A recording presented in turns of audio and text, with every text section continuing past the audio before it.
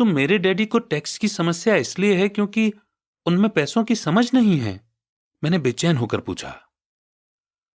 देखो, पैसे से अपने लिए काम कैसे करवाया जाए, टैक्स तो उस एजुकेशन का सिर्फ एक हिस्सा है।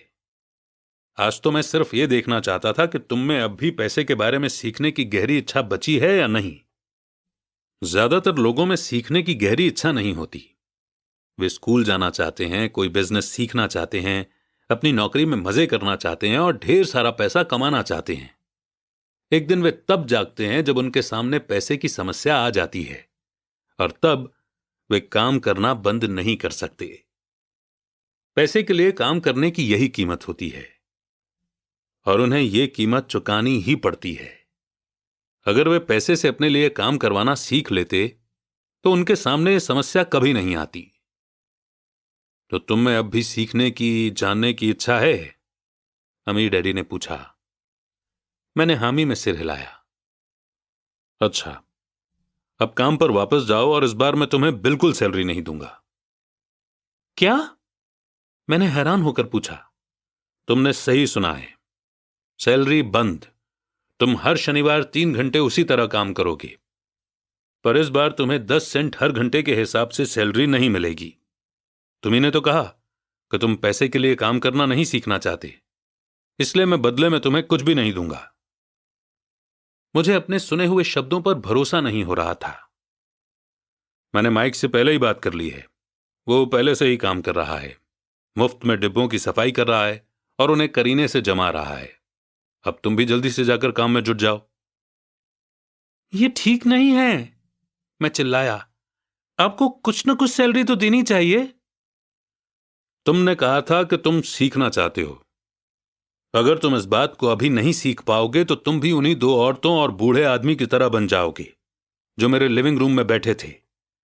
ये लोग पैसे के लिए काम करते हैं और डरते हैं कि मैं उन्हें नौकरी से न निकाल दूं। या तुम अपने डैडी की तरह बन जाओगे जो पैसा तो बहुत कमाते हैं पर गले तक कर्ज में डूबे रहते हैं। शायद उन्हें यह उम्मीद रहती है कि ज्यादा पैसे से उनकी समस्या सुलझ जाएगी। अगर तुम यही चाहते हो तो मैं एक बार फिर 10 सेंट के अपने पुराने वादे पर लौटने के लिए तैयार हूं। या तुम वो कर सकते हो जो ज्यादातर लोग करते हैं, इस बारे में शिकायत करो कि सैलरी बहुत कम है और तुम ये नौकरी छोड़कर दूसरी नौकरी की तलाश शुरू कर दो। मेरी समझ में नहीं आ रहा है कि मैं क्या करूं, मैंने पूछा। अमीर डैडी ने अपने सिर पर उंगली रखी। इसका इस्तेमाल करो। अगर तुम इसका सही इस्तेमाल करोगे तो तुम मुझे जल्द ही इस बात के लिए धन्यवाद दोगे कि मैंने तुम्हें मौका दिया, और एक दिन तुम बहुत अमीर आदमी बन जाओगे। मैं वहां यह सोचते हुए खड़ा था कि मुझे कितना घटिया ऑप्शन दिया जा रहा है। मैं यहां अपनी सैलरी बढ़वाने आया था और अब मुझे मुफ्त में काम करने के लिए कहा जा रहा है। अमीर डैडी ने एक बार फिर अपनी उंगली को सिर पर रखा और कहा कि इसका इस्तेमाल करो। अब यहां से जाओ और अपने काम में जुट जाओ। तो सबक 1, अमीर लोग पैसे के लिए काम नहीं करते। मैंने अपने गरीब डैडी को यह नहीं बताया कि अब मैं मुफ्त में काम कर रहा हूं। उन्हें यह समझ में नहीं आता।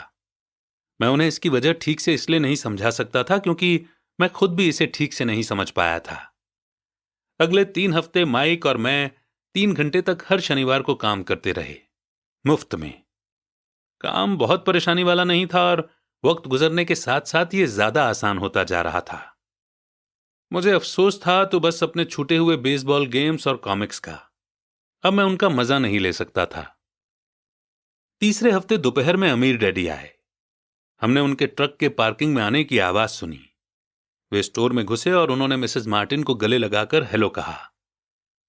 स्टोर में क्या चल रहा है यह जानने के बाद वे आइसक्रीम फ्रीजर के पास गए। उसमें से 2 आइसक्रीम निकाली, उनका दाम चुकाया और इसके बाद मेरी और माइक की तरफ इशारा करके कहा, चलो घूमने चलते हैं। हम सड़क के पार गए, कुछ कारों को चकमा दिया और एक बड़े घास के मैदान में टहलने लगे जहां कुछ बड़े लोग सॉफ्टबॉल खेल रहे थे। दूर की पिकनिक टेबल पर बैठकर उन्होंने माइक और मुझे आइसक्रीम दी। कैसा चल रहा है? बढ़िया, माइक ने कहा। मैंने सहमति में सिर हिलाया। कुछ और सीखा?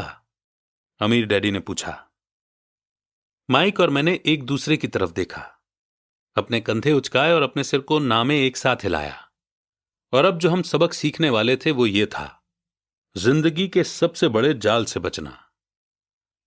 अच्छा ये होगा कि तुम बचपन से ही ये सोचना शुरू कर दो। तुम अब जिंदगी के सबसे बड़े सबक को देख रहे हो। अगर तुम इस सबक को सीख लेते हो तो तुम बहुत ज्यादा आजादी और सुरक्षा भरी जिंदगी का सुख ले सकते हो। अगर तुम ये सबक नहीं सीख पाते हो तो तुम भी मिसेस मार्टिन और इस पार्क में खेल रहे ज्यादातर लोगों की तरह ही बन जाओगे। वे बहुत ज्यादा मेहनत करते हैं पर उसके बदले में उन्हें बहुत कम पैसे मिलते हैं। वे नौकरी की सुरक्षा के मोह में फंसे रहते हैं। हर साल मिलने वाली 3 हफ्ते की छुट्टियों और 45 साल तक काम करते रहने के बाद मिलने वाली थोड़ी सी पेंशन का सपना देखते रहते हैं। अगर इस तरह की जिंदगी जीने में तुम्हें सुख मिलता है तो मैं तुम्हारी सैलरी बढ़ाकर 25 सेंट हर घंटा कर सकता हूं। पर ये लोग अच्छे लोग हैं और मेहनती भी हैं, फिर आप उनका मजाक क्यों उड़ा रहे हैं? मैंने पूछा। अमीर डैडी के चेहरे पर मुस्कान आ गई। मिसेस मार्टिन मेरे लिए मेरी मां जैसी हैं। मैं इतना कठोर नहीं हो सकता कि उनका मजाक उड़ाऊं। ये कठोर लगता जरूर है क्योंकि मैं तुम दोनों के सामने सिचुएशन साफ करना चाहता हूं, और वो भी आसान शब्दों में। मैं तुम्हारे नजरिए को बड़ा करना चाहता हूं ताकि तुम कुछ आगे भी देख सको, दूर तक देख सको। ज्यादातर लोगों को आगे देखने का फायदा कई बार सिर्फ इसलिए नहीं मिलता क्योंकि उनके देखने का दायरा बहुत छोटा होता है। ज्यादातर लोग जिस जाल में फंसे हुए हैं वे उसे देख ही नहीं पाते। माइक और मैं वहां पर सोचते हुए बैठे रहे क्योंकि हम उनकी बातों का मतलब पूरी तरह से नहीं समझ सके थे। उनकी बातें सुनने में कठोर और कड़वी लग रही थी, पर हम ये भी जानते थे कि वे हमें कुछ सिखाने की काफी कोशिश कर रहे थे। मुस्कुराहट के साथ अमीर डैडी ने कहा, क्या 25 सेंट हर घंटे का ऑफर अच्छा नहीं लगा? क्या इससे दिल की धड़कन तेज नहीं हुई? मैंने अपना सिर ना में हिलाया, जबकि असल में ऐसा ही हुआ था। 1 घंटे काम के बदले 25 सेंट मेरे हिसाब से बहुत बढ़िया सौदा था। अच्छा, मैं तुम्हें 1 घंटे के $1 दूंगा, अमीर डैडी ने शरारत भरी मुस्कान के साथ कहा। अब मेरा दिल तूफान मेल की तरह दौड़ रहा था। मेरा दिमाग चीख चीख कर कह रहा था कि इनकी बात मान लो, मान लो। मुझे अपने कानों पर भरोसा नहीं हो रहा था, पर फिर भी मैं चुप रहा। अच्छा, $2 हर घंटे के? मुझे ऐसा लगा जैसे मेरे छोटे से 9 साल के पुराने दिमाग में किसी ने बम फोड़ दिया हो। 1956 में $2 हर घंटे की कमाई मुझे दुनिया का सबसे अमीर बच्चा बना देती। मैं इतना सारा पैसा कमाने की कल्पना भी नहीं कर सकता था। मैं हां कहना चाहता था। मैं सौदा पक्का करना चाहता था। मुझे नई साइकिल दिख रही थी, नए बेसबॉल के ग्लव्स दिख रहे थे। मेरे पास कड़क नोट देखकर मेरे दोस्तों की जलन और तारीफ भी मुझे साफ दिख रही थी। सबसे बड़ी बात तो यह थी कि जिम्मी और उसके अमीर दोस्त मुझे फिर कभी गरीब नहीं कह सकते थे। पर किसी वजह से मैं खामोश खड़ा रहा। हो सकता है कि मेरे दिमाग में गर्मी बढ़ जाने से उसका फ्यूज उड़ गया हो, पर मन ही मन मैं $2 हर घंटे का ऑफर मानने के लिए बेताब था। आइसक्रीम पिघल चुकी थी और मेरे हाथ पर बह रही थी। आइसक्रीम की डंडी खाली थी और इसके नीचे वेनिला और चॉकलेट के टुकड़े थे जिसके मजे चींटियां ले रही थी। अमीर डैडी हम दोनों बच्चों को देख रहे थे जो आंखें फाड़कर और खाली दिमाग से उन्हें घूर रहे थे। उन्हें मालूम था कि वे हमारा टेस्ट ले रहे हैं, और वे ये भी जानते थे कि हमारे दिल का एक कोना उस ऑफर को मानने के लिए बेताब हो रहा होगा। वो जानते थे कि हर इंसान की आत्मा का एक हिस्सा कमजोर और जरूरतमंद होता है जिसे खरीदा जा सकता है, और वो ये भी जानते थे कि हर इंसान की आत्मा का एक हिस्सा मजबूत और पक्के इरादों वाला होता है जिसे कभी नहीं खरीदा जा सकता। असली सवाल यह था कि इनमें से कौन सा हिस्सा ज्यादा ताकतवर है। उन्होंने अपनी जिंदगी में हजारों लोगों की परीक्षा ली थी। जब वे नौकरी मांगने के लिए आए लोगों का इंटरव्यू लेते थे तो वे हर बार आत्माओं की परीक्षा लेते थे। अच्छा, $5 हर घंटे? अचानक मेरे अंदर शांति छा गई। कुछ था जो बदल गया था। ऑफर बहुत ही बड़ा था और मूर्खता से भरा लग रहा था। 1956 में गिने चुने लोगों को $5 हर घंटे से ज्यादा मिलता होगा। लालच खत्म हो गया था और इसकी जगह शांति ने ले ली थी। धीमे से मैं अपनी बाईं तरफ खड़े माइक की तरफ मुड़ा। उसने भी मेरी तरफ देखा। मेरी आत्मा का जो हिस्सा कमजोर और जरूरतमंद था वो खामोश हो चुका था। मेरा वो हिस्सा जिसे खरीदा नहीं जा सकता था वो आगे आ चुका था। मेरे दिमाग और आत्मा में पैसे को लेकर हुई इस जंग में शांति और विश्वास जीत चुके थे। मैं जानता था कि माइक भी उसी बिंदु पर पहुंच चुका होगा। अच्छा, ज्यादातर लोगों की एक कीमत होती है और उनकी कीमत इसलिए होती है क्योंकि हम सभी में दो भावनाएं होती हैं, डर और लालच। पहले तो पैसे के बिना रहने के डर से हमें कड़ी मेहनत करने की प्रेरणा मिलती है। इसके बाद जब हमें सैलरी मिलती है तो हमें लालच या इच्छा की भावना जाग जाती है। पैसा होने पर हम उन बढ़िया चीजों के बारे में सोचने पर मजबूर हो जाते हैं जो उस पैसे से खरीदी जा सकती हैं। इस तरह हमारी जिंदगी का एक पैटर्न बन जाता है। किस तरह का पैटर्न? मैंने पूछा। सुबह जागने, काम पर जाने, खर्च करने, सुबह जागने, काम पर जाने, खर्च करने। लोगों की जिंदगी हमेशा डर और लालच इन्हीं दो भावनाओं से चलती है। उन्हें अगर ज्यादा पैसा दे भी दें तो वे इस पैटर्न पर चलकर अपना खर्च बढ़ा लेंगे। इसी पैटर्न को मैं चूहा दौड़ यानी कि रैट रेस कहता हूं। क्या कोई दूसरा रास्ता भी है? माइक ने पूछा। हां, अमीर डैडी ने धीमे से कहा, पर इसे बहुत कम लोग खोज पाते हैं। और वो रास्ता क्या है? माइक ने पूछा। उसी रास्ते को तुम लोग काम करते हुए और मेरे साथ सीखते हुए खोज लोगे। मैं यही उम्मीद करता हूं। इसी कारण मैंने तुम्हें पैसे देना बंद कर दिया है। पर इस बारे में कोई हिंट तो दीजिए, माइक ने कहा। हम लोग मेहनत से काम करते करते थक चुके हैं, खासकर तब जब इसके बदले में हमें कुछ नहीं मिल रहा है। पहला कदम तो यह है कि तुम लोग सच बोलो, अमीर डैडी ने कहा। हम लोग झूठ नहीं बोल रहे हैं, मैंने कहा। मैंने कब कहा कि तुम लोग झूठ बोल रहे हो? मैं तो यह कह रहा हूं कि सच्ची बात कह देनी चाहिए, अमीर डैडी ने जवाब दिया। किस बारे में? मैंने पूछा। इस बारे में कि तुम लोगों को कैसा लग रहा है। तुम्हें यह किसी और से कहने की जरूरत नहीं है, सिर्फ अपने आप से सच बोलो। आपके कहने का मतलब यह है कि इस पार्क में मौजूद आपके लिए काम करने वाले लोग, मिसेस मार्टिन, ये सब लोग ऐसा नहीं करते। मुझे ऐसा ही लगता है। इसके बजाय उन्हें हमेशा पैसा नहीं होने का डर सताता रहता है। उस डर का सामना करने के बजाय, सोचने के बजाय, ये लोग सिर्फ रिएक्ट करते रहते हैं। इस दौरान वे दिल से काम लेते हैं, दिमाग से नहीं। अमीर डैडी ने अपने सिर पर उंगली ठोकते हुए कहा। फिर उनके हाथ में कुछ पैसे आ जाते हैं और उनमें खुशी, इच्छा और लालच की भावनाएं जाग जाती हैं। और एक बार फिर वे दिमाग से सोचने के बजाय दिल से काम करने लगते हैं। तो वे दिल से यानी अपनी भावनाओं से सोचते हैं, माइक ने कहा। बिल्कुल ठीक। वे इस बारे में सच नहीं बताते कि उन्हें कैसा लग रहा है। वे अपनी भावना से काम करते हैं और दिमाग से सोचने का कष्ट नहीं उठाते। उन्हें डर लगता है कि वे नौकरी करने जाते हैं और आशा करते हैं कि ज्यादा पैसा आने से उनका डर दूर हो जाएगा, पर ऐसा नहीं होता है।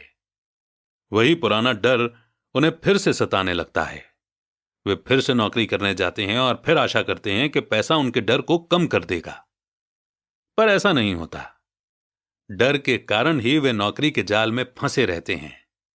पैसा कमाते हैं, काम करते हैं, पैसा कमाते हैं और आशा करते हैं कि डर से उनका पीछा छूट जाएगा। पर हर रोज जब वे उठते हैं तो उनका पुराना डर भी उनके साथ उठता है।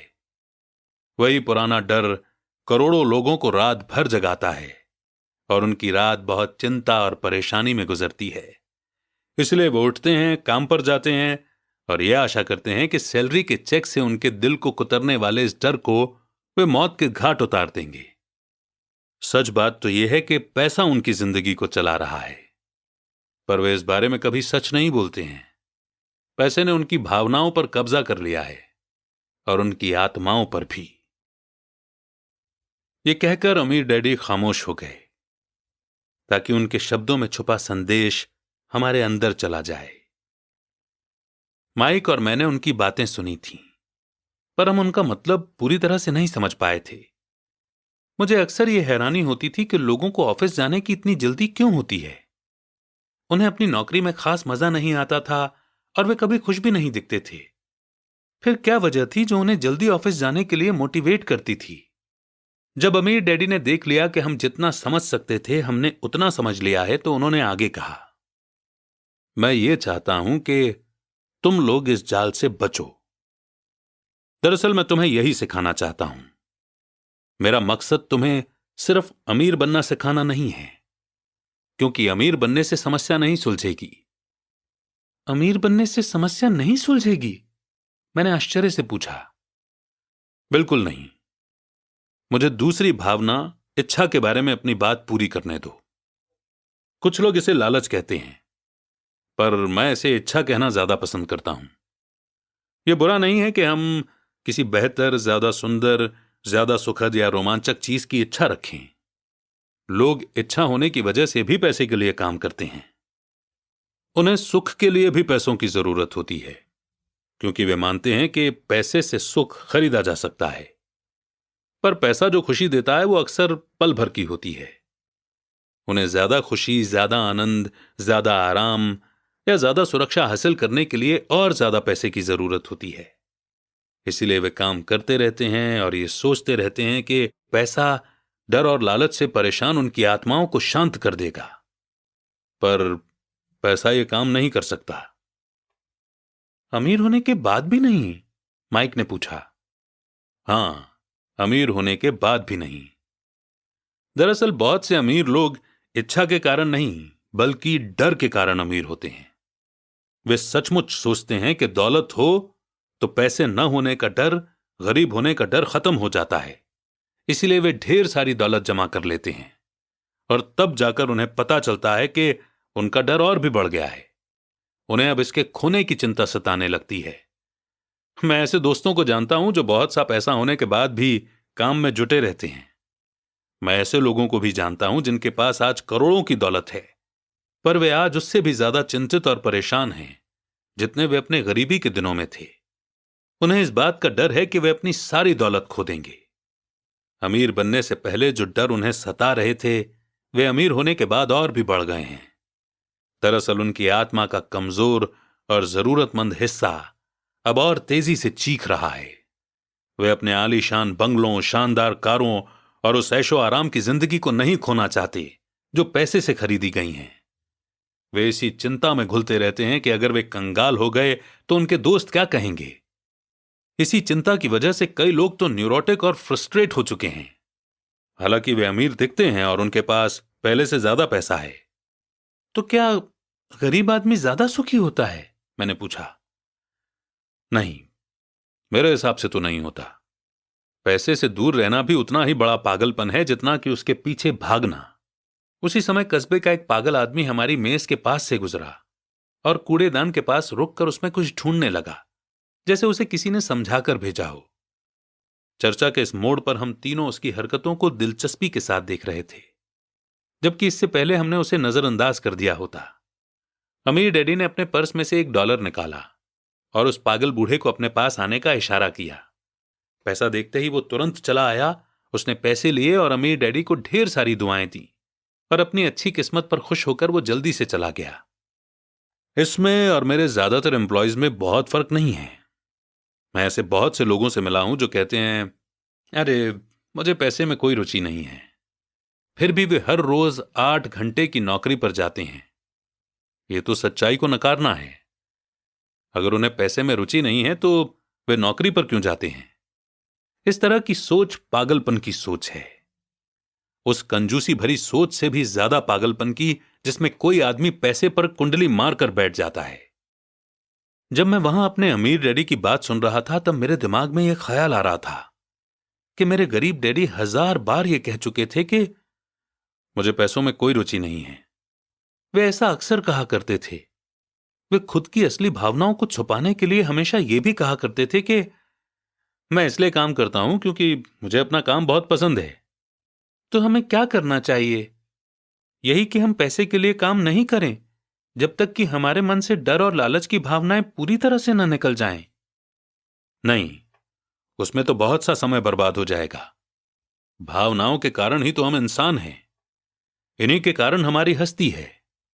भावना शब्द का मतलब है चलायमान ऊर्जा, यानी कि मूविंग एनर्जी। अपनी भावनाओं के बारे में ईमानदार रहो। अपने दिमाग और अपनी भावनाओं का इस्तेमाल अपने सपोर्ट में करो, न कि अपने विरोध में, यानी कि न कि अपने अगेंस्ट। आहा, माइक ने कहा। अगर तुम्हें मेरी बात समझ में नहीं आई हो तो इस बारे में चिंता मत करो। आगे आने वाले सालों में तुम्हें इसका मतलब समझ में आ जाएगा। अपनी भावनाओं पर रिएक्ट करने के बजाय उन्हें एनालाइज करने की कोशिश करो। ज्यादातर लोग ये नहीं जानते कि वे अपने दिमाग से सोचने के बजाय अपने दिल की भावनाओं से सोचते हैं। आपकी भावनाएं तो आपकी रहेंगी ही, पर आपको अपने दिमाग से सोचना भी आना चाहिए, क्योंकि दिमाग को सोचने के लिए ही बनाया गया है। क्या आप मुझे इसका कोई एग्जाम्पल दे सकते हैं? मैंने पूछा। क्यों नहीं? जब कोई आदमी यह कहता है कि मुझे नौकरी खोजने की जरूरत है, तो इस बात की बहुत संभावना है कि उसकी भावनाएं फैसला कर रही हैं। इस विचार का असली कारण है पैसा न होने का डर। पर अपनी जिंदगी चलाने के लिए लोगों को पैसे की जरूरत तो पड़ती ही है, मैंने कहा। बिल्कुल पड़ती है। हमीर डैडी मुस्कुराए। मैं सिर्फ ये कह रहा हूं कि उनके डर के कारण उनके मन में यह विचार आता है। मैं समझ नहीं पाया, माइक ने कहा। अगर आपके मन में पैसे की कमी का डर जाग जाए तो तुरंत नौकरी के लिए दौड़ मत लगाइए, ताकि कुछ रुपयों के सहारे उस डर को मार दिया जाए। इसके बजाय खुद से यह सवाल पूछिए, क्या लंबे समय में इस डर का सबसे बढ़िया इलाज नौकरी है? मेरे ख्याल से इसका जवाब नहीं में होता है, खासकर जब आप किसी आदमी की पूरी जिंदगी को देखते हैं। नौकरी लॉन्ग टर्म प्रॉब्लम का शॉर्ट टर्म सॉल्यूशन है। पर मेरे डैडी हमेशा कहा करते हैं, स्कूल में पढ़ो, अच्छे नंबर लाओ, ताकि तुम्हें एक सुरक्षित और अच्छी नौकरी मिल सके। मैंने हड़बड़ी में बोल ही दिया। हाँ, मैं समझ सकता हूं कि वे ऐसा क्यों कहते हैं, अमीर डैडी ने मुस्कुराकर कहा। ज्यादातर लोग ऐसी ही सलाह देते हैं और ज्यादातर लोगों के लिए यह एक अच्छा विचार होता है, पर लोगों की सलाह के पीछे भी डर छुपा होता है।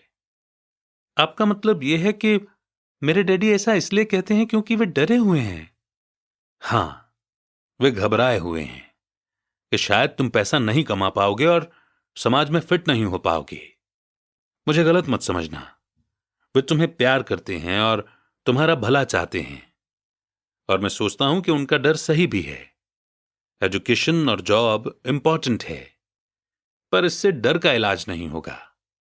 वही डर जो उन्हें सुबह उठकर कुछ रुपए कमाने के लिए पुश करता है, उसी डर के कारण वे तुम्हारे स्कूल जाने पर इतना जोर देते हैं। तो आपकी सलाह क्या है? मैंने पूछा। मैं चाहता हूं कि मैं तुम्हें पैसों की ताकत पर काबू पाना सिखाऊं। पैसे का डर तुम्हारे दिमाग से निकल जाना चाहिए, और यह स्कूल में नहीं सिखाया जाता। अगर तुम इसे नहीं सीखोगे तो तुम पैसे के गुलाम बन जाओगे। अब उनकी बातें मेरी समझ में आ रही थीं। वे हमारे विचारों को ज्यादा बड़ा बनाना चाहते थे। वे चाहते थे कि जो मिसेस मार्टिन नहीं देख सकती थीं, उनके एम्प्लॉय नहीं देख सकते थे, या मेरे डैडी तक नहीं देख सकते थे, वो देखने की काबिलियत हम में आ जाए। उन्होंने जो एग्जाम्पल दिए थे वो उस समय कठोर जरूर लग रहे थे, लेकिन मैं उन्हें कभी नहीं भूला।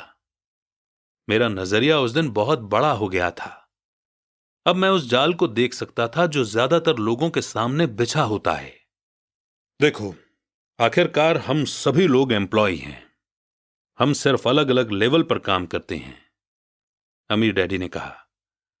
मैं तुम लोगों से बस यही चाहता हूं कि तुम लोग इस जाल से बचे रहो। डर और लालच, इन दो फंदों से बनने वाले जाल से। इनका इस्तेमाल अपने सपोर्ट में करो, अपने अगेंस्ट नहीं। मैं तुम लोगों को यही सिखाना चाहता हूं। मैं तुम लोगों को यह नहीं सिखाना चाहता कि ढेर सारा पैसा कैसे इकट्ठा कर लिया जाए। उससे डर या लालच को नहीं जीता जा सकता। अगर तुम्हें डर और लालच पर काबू पाना नहीं आता तो तुम चाहे कितने भी अमीर बन जाओ, असलियत में तुम एक बड़ी सैलरी पाने वाले गुलाम ही रहोगे। तो हम किस तरह इस जाल से बच सकते हैं? मैंने पूछा। गरीबी या पैसे की तंगी का खास कारण डर और नॉलेज की कमी होता है, न कि इकोनॉमी या गवर्नमेंट या अमीर लोग। ये खुद का ओढ़ा हुआ डर या अज्ञान होता है जो लोगों को इस जाल में फंसाए रखता है। इसीलिए तुम बच्चों को स्कूल जाना चाहिए और अपने कॉलेज की पढ़ाई पूरी करनी चाहिए। मैं तुम लोगों को यह जरूर सिखाऊंगा कि इस जाल से कैसे बचा जा सकता है। पहेली के टुकड़े अब सामने आ चुके थे। मेरे पढ़े लिखे डैडी के पास बड़ी डिग्रियां थीं और एक बढ़िया करियर भी था, पर स्कूल ने उन्हें कभी यह नहीं सिखाया कि पैसे या अपने डर को किस तरह काबू में रखा जाता है। अब मैं समझ चुका था कि मैं अपने दोनों डैडियों से अलग अलग लेवल पर अहम बातें सीख सकता हूं। तो आप पैसा न होने के डर के बारे में बात कर रहे थे। पैसे की इच्छा किस तरह हमारी सोच पर असर डालती है? माइक ने पूछा। तुम्हें तब कैसा महसूस हुआ था जब मैंने तुम्हारी सैलरी बढ़ाने का लालच दिया था? क्या तुमने देखा था कि तुम्हारी इच्छाएं किस तरह बढ़ रही थीं? हमने अपने सिर हिलाकर हामी भरी, पर तुमने अपनी भावनाओं के सामने हार नहीं मानी और इस कारण तुम लोगों ने जल्दबाजी में काम नहीं लिया। इससे तुम्हें सोचने का वक्त मिल गया। पर सबसे जरूरी है, हम में हमेशा डर और लालच की भावनाएं रहेंगी। इसी पल से तुम लोगों के लिए यह सबसे इंपॉर्टेंट है कि तुम इन भावनाओं का इस्तेमाल अपने सपोर्ट में करो और लंबे समय तक ऐसा करो। अपनी भावनाओं को अपने दिमाग पर हावी मत होने दो और इस तरह अपने विचारों को मैला मत होने दो। ज्यादातर लोग डर और लालच का इस्तेमाल खुद के विरोध में करते हैं। यह अज्ञान की शुरुआत होती है। डर और इच्छा की भावनाओं के कारण ही ज्यादातर लोग सैलरी के चेक, सैलरी में बढ़ोतरी और नौकरी की सुरक्षा के पीछे भागते भागते अपनी पूरी जिंदगी निकाल देते हैं। असल में वे ये सोचते ही नहीं हैं कि भावनाओं के आधार पर उन्हें जिंदगी किस तरफ ले जा रही है।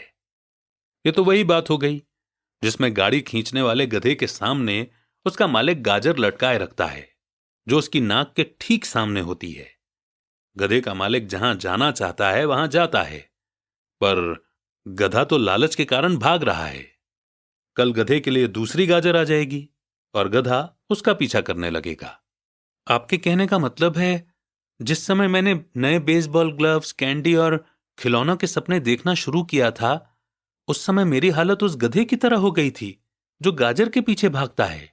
माइक ने पूछा। हां, और उम्र के साथ साथ तुम्हारे खिलौने भी और ज्यादा महंगे होते जाएंगे। अपने दोस्तों पर रौब झाड़ने के लिए एक नई कार, एक याच और एक आलीशान घर। हमीर डैडी ने मुस्कुराकर कहा। डर आपको दरवाजे से बाहर धक्का देता है, इच्छा आपको अंदर बुलाती है, आपको चट्टानों की तरफ ललचाती है। यही जाल है। तो इसकी काट क्या है? माइक ने पूछा। डर और इच्छा अज्ञान की वजह से बढ़ते हैं। इसीलिए अमीर लोगों के पास जितना ज्यादा पैसा होता है, उनका डर भी उतना ही ज्यादा बड़ा होता है। पैसा ही गाजर है, भ्रम है। अगर गधा पूरी तस्वीर देख सकता तो शायद वो गाजर का पीछा करने के अपने फैसले पर दोबारा सोचता। अमीर डैडी ने आगे ये समझाया कि आदमी की जिंदगी अज्ञान और ज्ञान के बीच होने वाला संघर्ष है। उन्होंने बताया कि एक बार कोई आदमी खुद के बारे में ज्ञान की खोज करना बंद कर देता है तो उसकी जिंदगी में अज्ञान घुस जाता है। यह संघर्ष हर पल होता है।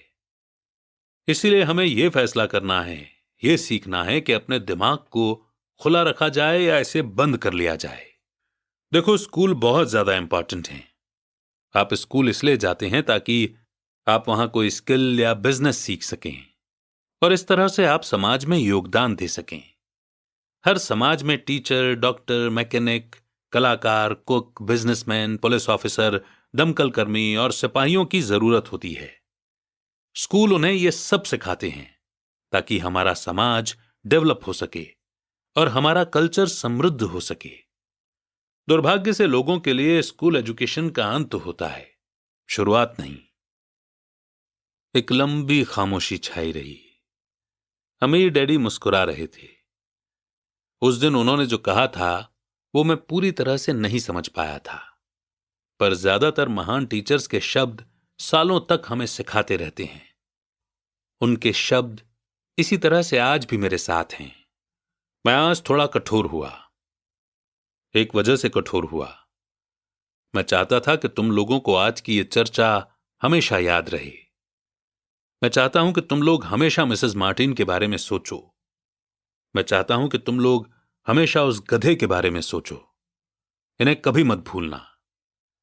अगर तुमने अपनी समझदारी से उन्हें काबू में नहीं किया तो डर और लालच की तुम्हारी दोनों भावनाएं तुम्हें जिंदगी के सबसे बड़े जाल में फंसा सकती हैं।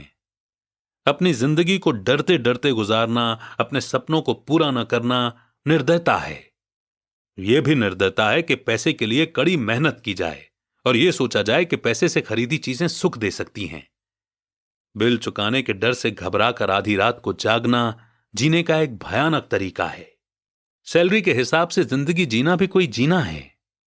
यह सोचना कि कोई नौकरी आपको सुरक्षा का एहसास दे सकती है, खुद से झूठ बोलना है। यह कठोरता है और यही वो जाल है जिससे मैं तुम्हें बचाना चाहता हूं। मैंने देखा है कि पैसा किस तरह से लोगों की जिंदगियों को चलाता है। ऐसा अपने साथ मत होने देना। भगवान के लिए पैसे को अपनी जिंदगी मत चलाने देना। हमारी मेज के नीचे सॉफ्ट बॉल आ गई। अमीर डैडी ने उसे उठाया और वापस खिलाड़ियों के पास फेंक दिया। तो अज्ञान का लालच और डर से क्या ताल्लुक है? मैंने पूछा।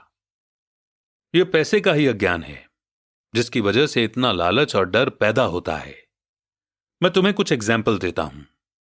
एक डॉक्टर जो अपने परिवार को ज्यादा खुशी देना चाहता है, अपनी फीस बढ़ा देता है। उसकी फीस बढ़ने की वजह से हेल्थ फैसिलिटी हर एक के लिए महंगी हो जाती है। अब इससे गरीब लोगों को सबसे ज्यादा नुकसान पहुंचता है। इसीलिए गरीब लोगों की हेल्थ अमीर लोगों से ज्यादा बुरी होगी। अब क्योंकि डॉक्टरों ने अपनी फीस बढ़ा दी है, इसीलिए वकील भी अपनी फीस बढ़ा देते हैं। क्योंकि वकीलों ने अपनी फीस बढ़ा दी है, इसलिए स्कूल के टीचर भी अपनी सैलरी बढ़वाना चाहते हैं, जिसके कारण हमारा टैक्स बढ़ता है और यह सिलसिला कभी ना खत्म होने वाला बनकर रह जाता है। जल्द ही अमीर और गरीब लोगों के बीच इतना बड़ा गैप हो जाएगा कि प्रलय आ जाएगी और एक और महान सिविलाइजेशन धराशायी हो जाएगी। महान सिविलाइजेशन तभी बर्बाद हुई हैं जब अमीरों और गरीबों के बीच का फर्क बहुत ज्यादा हो जाता है। अमेरिका भी उसी रास्ते पर चल रहा है और इससे यह साबित होता है कि हिस्ट्री अपने आप को दोहराती है। और क्योंकि हम इतिहास से कुछ नहीं सीखते हैं, हम सिर्फ हिस्टोरिकल तारीखें और नाम रटते हैं और उनके सबक को भूल जाते हैं। क्या कीमतें नहीं बढ़नी चाहिए? मैंने पूछा। अच्छी तरह से चल रही गवर्नमेंट और एक पढ़े लिखे समाज में तो नहीं। कीमतें दरअसल कम होनी चाहिए। जाहिर है कि ऐसा सिर्फ थ्योरी में हो सकता है। कीमतें अज्ञान से पैदा हुए लालच और डर के कारण बढ़ती हैं। अगर स्कूलों में पैसों के बारे में सिखा दिया जाता तो लोगों के पास ज्यादा पैसा होता और मार्केट की कीमतें भी कम होती। पर स्कूलों में सिर्फ पैसे के लिए काम करना सिखाया जाता है, पैसे की ताकत का इस्तेमाल नहीं सिखाया जाता। पर हमारे यहां बिजनेस स्कूल भी हैं, माइक ने पूछा। क्या आप मुझे अपनी मास्टर्स डिग्री के लिए बिजनेस स्कूल जाने के लिए पुश नहीं कर रहे हैं? हां, पर अक्सर ऐसा होता है कि बिजनेस स्कूल ऐसे एम्प्लॉयज को ट्रेन करते हैं जो सोफिस्टिकेटेड या पॉलिश्ड बीन काउंटर्स होते हैं। भगवान ही मालिक है जब कोई बीन काउंटर बिजनेस संभाल ले। वे सिर्फ नंबर को देखते हैं, लोगों को निकालते हैं और बिजनेस का गला घोंट देते हैं। मैं जानता हूं क्योंकि मैं बीन काउंटर से डील करता हूं।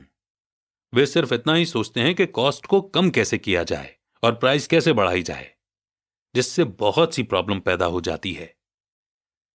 बीन काउंटिंग की भी इंपॉर्टेंस है। मैं सोचता हूं कि ज्यादा लोगों को इसके बारे में जानना चाहिए, पर यह भी पूरी तस्वीर नहीं दिखाती। अमीर डैडी ने गुस्से में कहा। तो फिर क्या इसका कोई हल है?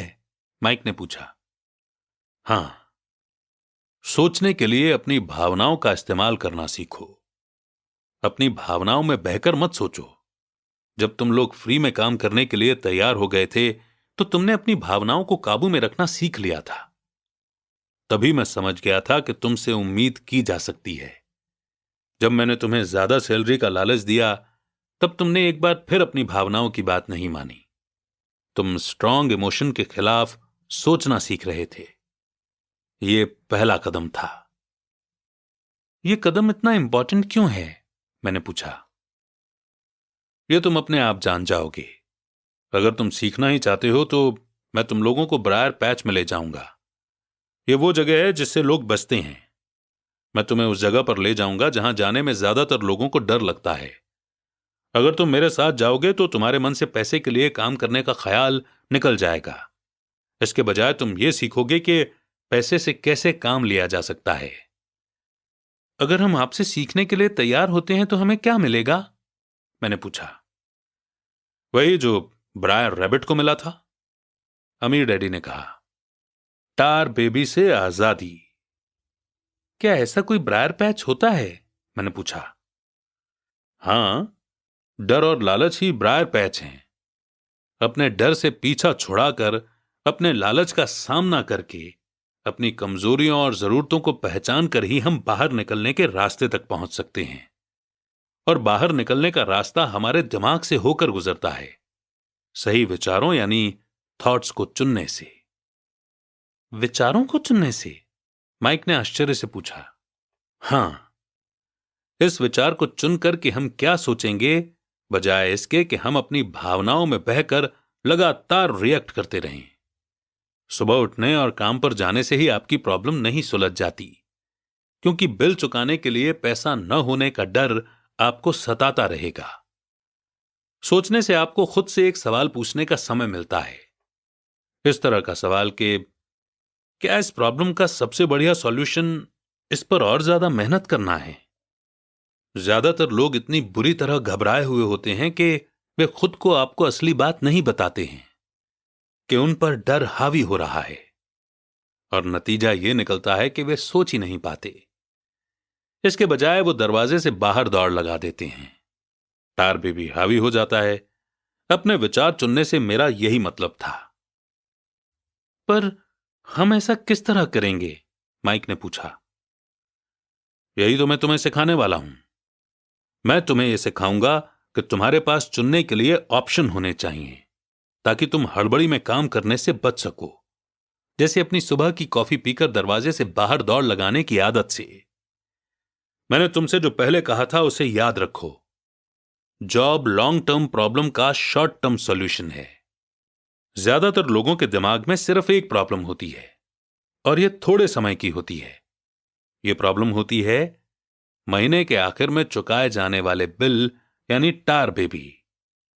अब पैसा उनकी जिंदगी चलाता है, या मैं ये कहूं कि पैसे को लेकर उनका डर और अज्ञान उनकी जिंदगी को चलाते हैं। तो वे वही करते हैं जो उनके मां बाप ने किया था। सुबह उठो और पैसे के लिए काम करो। वे इतना समय भी नहीं निकाल पाते कि ये सोच सकें कि क्या कोई दूसरा तरीका है। इस वक्त वे दिल से सोचते हैं, दिमाग से नहीं। दिल से सोचने और दिमाग से सोचने में क्या फर्क होता है? माइक ने पूछा। अमीर डैडी ने जवाब दिया। मैं इस तरह की बातें अक्सर सुनता हूं। हर आदमी को काम करना पड़ता है। अमीर लोग अत्याचार करने वाले होते हैं। मैं दूसरी जॉब ढूंढ लूंगा, मेरी सैलरी बढ़नी चाहिए। आप इस तरह से मेरा शोषण नहीं कर सकते। या फिर मैं इस जॉब को इसलिए पसंद करता हूं क्योंकि यह सेफ है। इसके बजाय हमें यह कहना चाहिए, क्या यहां ऐसा कुछ है जो मुझे नहीं मिल रहा है? इस तरह भावना पर बेस्ड हमारे थॉट्स की जंजीर टूट जाएगी और हमें ज्यादा अच्छे तरीके से सोचने का मौका मिल जाएगा। मुझे मानना ही पड़ेगा कि मेरे लिए यह सबक एक महान सबक साबित हुआ। यह जानना कि कब कोई आदमी दिल से बोल रहा है और कब दिमाग से, किसके शब्दों में भावनाएं छुपी हुई हैं और किसके शब्दों में थॉट, यह एक ऐसा सबक था जो जिंदगी भर मेरे काम आया। खासतौर पर तब जब मैं अपने दिल से यानी अपनी भावनाओं से बोल रहा था, न कि अपने विचारों या दिमाग से। जब हम स्टोर की तरफ वापस मुड़े तो अमीर डैडी ने यह कहा, अमीर लोग हकीकत में पैसा बनाते हैं, वे इसके लिए काम नहीं करते। उन्होंने यह भी बताया कि 5 सेंट के जिंक के सिक्के बनाते समय जब माइक और मैं ये सोच रहे थे कि हम पैसे बना रहे थे, तो हमारे विचार उसी रास्ते पर चल रहे थे जिस पर अमीर लोग चलते हैं। दिक्कत सिर्फ इतनी सी थी कि ऐसा करना इलीगल था। गवर्नमेंट और बैंकों के लिए ऐसा करना लीगल है, पर हमारे लिए नहीं। उन्होंने यह भी बताया कि पैसा कानूनी यानी लीगल और गैर कानूनी यानी कि इल्लीगल दोनों ही तरीकों से कमाया जा सकता है। अमीर डैडी ने हमें बाद में यह समझाया कि अमीर लोग जानते हैं कि कैसे पैसा एक भ्रम है, जो हकीकत में गधे के सामने लटकी गाजर की तरह होता है। पैसों के भ्रम के कारण जो डर और लालच पैदा होता है, उसकी वजह से ही अरबों खरबों लोग ये सोचते रहते हैं कि पैसा ही असली चीज है। पैसा दरअसल एक माया जाल है। पब्लिक के अज्ञान और भरोसे के भ्रम की वजह से ही ताश के पत्तों का यह महल खड़ा रह पाता है।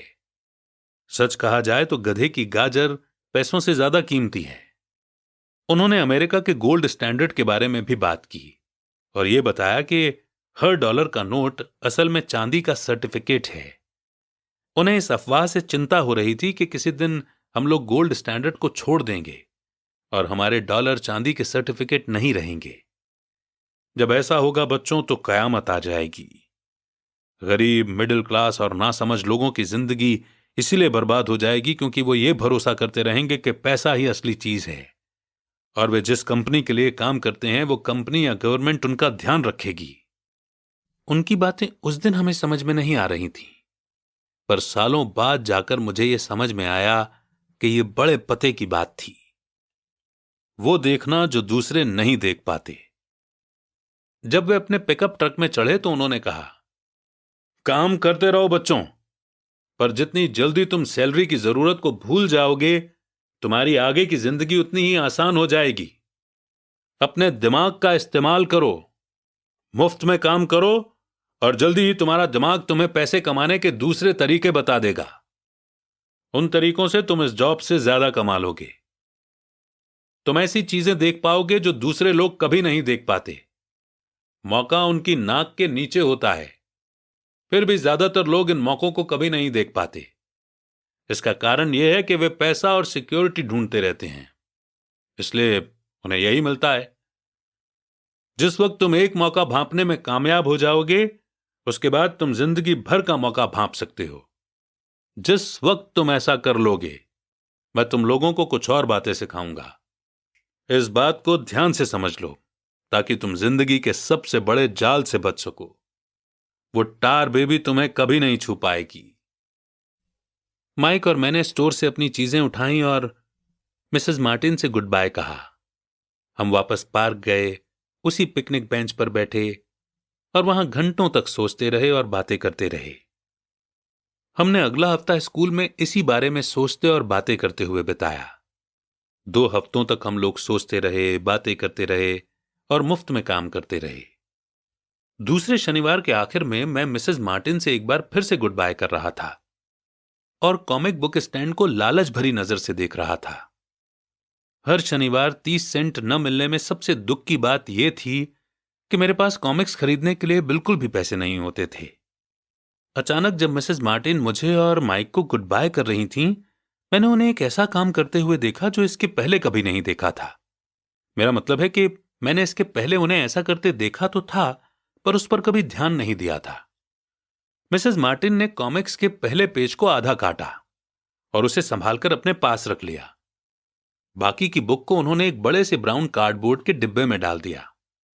जब मैंने उनसे पूछा कि वे इन कॉमिक्स का क्या करती हैं, तो उन्होंने कहा कि मैं उन्हें फेंक देती हूं। जब वो नई कॉमिक्स लाता है तो मैं ऊपर के आधे कवर को क्रेडिट के लिए कॉमिक बुक डिस्ट्रीब्यूटर को दे देती हूं। वो 1 घंटे में आने ही वाला है। माइक और मैंने 1 घंटे तक इंतजार किया। जल्दी ही वो डिस्ट्रीब्यूटर आया और मैंने उससे पूछा कि क्या हमें कॉमिक्स मिल सकती हैं। इस पर उसने जवाब दिया कि आपको मिल सकती हैं अगर आप इस स्टोर में काम करते हैं और अगर आप ये वादा करें कि आप उन्हें नहीं बेचेंगे। हमारी पार्टनरशिप एक बार फिर कायम हो गई थी। माइक की मम्मी ने बेसमेंट में हमें एक खाली कमरा दे दिया जो उनके किसी काम नहीं आता था। हमने उसकी सफाई करके उसमें सैकड़ों कॉमिक्स जमा कर ली। जल्दी ही हमारी कॉमिक्स लाइब्रेरी लोगों के लिए खोल दी गई। माइक की छोटी बहन को पढ़ने का बहुत शौक था, इसलिए हमने उसे अपना लाइब्रेरियन बना दिया। लाइब्रेरी में आने और कॉमिक्स पढ़ने के लिए वो हर बच्चे से 10 सेंट लेती थी। स्कूल खत्म होने के बाद हर दोपहर 2:30 से 4:30 बजे तक लाइब्रेरी खुलती थी। पड़ोस के बहुत से बच्चे इसके कस्टमर बन गए थे और वे जितनी कॉमिक्स पढ़ना चाहते थे 2 घंटे में पढ़ सकते थे। ये उनके लिए बढ़िया सौदा था, क्योंकि एक कॉमिक्स की कीमत 10 सेंट होती थी और 2 घंटे में वे 5 या 6 कॉमिक्स पढ़ लेते थे। माइक की बहन लौटते समय बच्चों की तलाशी लेती थी और ये देख लेती थी कि वे अपने कपड़ों में कॉमिक्स छुपाकर तो नहीं ले जा रहे हैं। वो इस बात का रिकॉर्ड भी रखती थी कि हर रोज कितने बच्चे आए, उनका नाम क्या था और उनके सुझाव क्या थे। माइक और मुझे 3 महीने तक हर हफ्ते एवरेज में $9.5 का फायदा हुआ। हमने उसकी बहन को हर हफ्ते $1 का पेमेंट किया और उसे मुफ्त में कॉमिक्स पढ़ने का फायदा भी दिया। हालांकि वो कॉमिक्स कभी कभार ही पढ़ती थी, क्योंकि वो हमेशा ही अपनी पढ़ाई में लगी रहती थी। माइक और मैं डील के मुताबिक हर शनिवार स्टोर में काम करते रहे। साथ ही हम अलग अलग दुकानों से कॉमिक्स इकट्ठी करते रहे। हमने वादे के मुताबिक कॉमिक्स नहीं बेची थी। जब कोई कॉमिक फट जाती थी तो हम उसे जला देते थे। हमने इसकी एक ब्रांच खोलने की भी कोशिश की, लेकिन हमें माइक की बहन की तरह मेहनती और भरोसेमंद लाइब्रेरियन नहीं मिला। बहुत कम उम्र में ही हमने ये जान लिया था कि अच्छे स्टाफ को खोजना कितना मुश्किल होता है। लाइब्रेरी खुलने के 3 महीने बाद हमारी लाइब्रेरी में एक प्रॉब्लम आ गई। दूसरे मोहल्ले के कुछ गुंडे अंदर घुस आए और उन्होंने झगड़ना शुरू कर दिया। माइक के डैडी ने सुझाव दिया कि हम अपना बिजनेस अब बंद कर दें। तो इस तरह हमारा कॉमिक्स का धंधा बंद हो गया और हमने कन्वीनियंस स्टोर पर हर शनिवार काम करना भी बंद कर दिया। फिर भी अमीर डैडी एक्साइटेड थे, क्योंकि उनके पास ऐसी बहुत सी नई बातें थीं जो वे हमें सिखाना चाहते थे। वे खुश थे, क्योंकि हमने उनके पहले सबक को इतनी अच्छी तरह से सीख लिया था। हमने ये भी सीख लिया था कि पैसे से अपने लिए काम कैसे करवाया जाता है। स्टोर में काम करने के बदले पैसा नहीं मिलता था, इसीलिए हमें मजबूरन अपनी इमेजिनेशन पर जोर डालना पड़ा ताकि हम पैसा कमाने का कोई दूसरा तरीका ढूंढ सकें। कॉमिक्स लाइब्रेरी हमारा अपना बिजनेस था। हमारा पैसा हमारे कंट्रोल में था और हम किसी मालिक के मोहताज नहीं थे। इसमें सबसे अच्छी बात यह थी कि हमारे बिजनेस से हमें तब भी पैसा मिलता था जब हम वहां खुद मौजूद नहीं होते थे। उस समय हम पैसे के लिए काम नहीं करते थे, बल्कि हमारा पैसा हमारे लिए काम करता था। ज्यादा सैलरी देने के बजाय अमीर डैडी ने हमें इतनी बढ़िया एडवाइस दे दी थी। और इसी के साथ ही बेहद इंपॉर्टेंट चैप्टर यहीं पर समाप्त होता है। इसके बाद बढ़ेंगे अगले चैप्टर की ओर और लेसन नंबर 2 की तरफ, कि पैसे की समझ क्यों सिखाई जानी चाहिए। चैप्टर 3, लेसन 2, पैसे की समझ क्यों सिखाई जानी चाहिए। 1990 में मेरे सबसे अच्छे दोस्त माइक ने अपने डैडी का लंबा चौड़ा बिजनेस संभाल लिया है और उसे अपने डैडी से ज्यादा कामयाबी मिल रही है। हम एक दूसरे से साल में सिर्फ 1 या 2 बार गोल्फ कोर्स पर मिलते हैं। वो और उसकी पत्नी इतने ज्यादा अमीर हैं कि आप इसकी कल्पना भी नहीं कर सकते। अमीर डैडी का एम्पायर बहुत सुरक्षित हाथों में है और अब माइक अपने बेटे को उसी तरह सिखा रहा है जिस तरह से उसके डैडी ने हमें सिखाया था।